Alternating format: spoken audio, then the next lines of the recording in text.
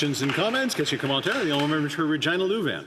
Thank you very much, Mr. Speaker, and I appreciate my colleague from Regina Capella's intervention. I do wonder, though, like we've seen just the tip of the iceberg of who has all got money, which Liberal insiders are getting rich. We've seen it, the Foreign Affairs Minister's husband's got some contracts in other areas.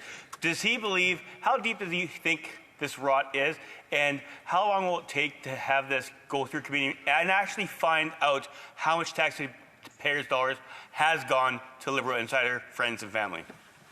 The Honourable House Leader. That's a great question, and I think the honourable member knows that at the end of the day, Liberals get a Liberal. This is a part of their DNA. If you look back at every Liberal administration, there are examples where they use the power of their positions to reward and enrich their friends. So again, this is something that I believe many Canadians were fooled by the Prime Minister back in 2015 when he tried to cast himself as something different. But it didn't take long for people to see that he was the same old kind of Liberal. They seek power, not to do what's best for Canadians, but to implement their own wacko, extreme ideological agenda, but most importantly, to enrich their friends who helped them get there in the first place. Questions and comments? The honourable member for South Shore St. Margaret's. Thank you, Mr. Speaker.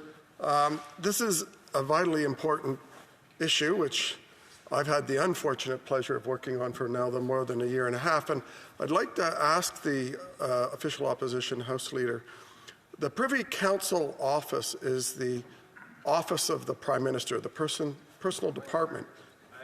Order, and I quite realised it afterwards that the honourable member is not in his chair. So there you go. You're going to be sitting in your chair.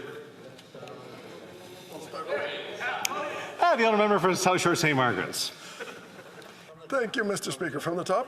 So the Privy Council office, which ordered redactions, the government departments to redact the documents being sought by the House of Commons about the Green Slush Fund, is the personal department of the Prime Minister. So I'd like the official opposition House Leader, if he could, to comment on why he thinks the Privy Council office would make that order, and would they have been directed by someone else?